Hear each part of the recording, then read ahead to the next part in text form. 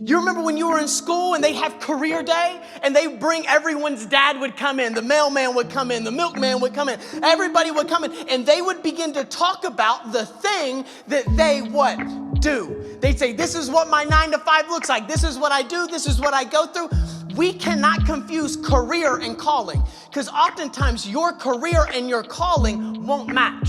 And we cannot stop our calling because our career doesn't match. There were times when I knew I was called to preach, but I had to wait tables to pay bills. And you better believe whenever I was filling up somebody's drink, I was talking about how the Spirit filled me up and did something in me. I was preaching in the midst of my career. My calling was activated in the midst of my career. But the enemy will lie to you and say, if your career and your calling don't match, you can't chase after your calling. That's not true.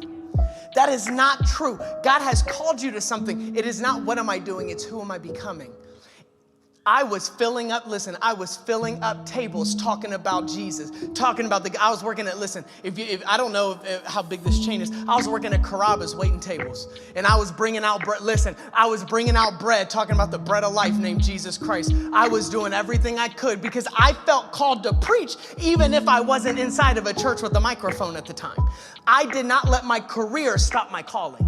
I did not let that happen. And I think that a lot of us will get confused when God, I know you got me here for a season, but I feel called to here in the future season, but you'll allow today to rob your tomorrow. And we can't do that. We can't do that. I've got to chase after my calling today, whether my career matches what I think or not.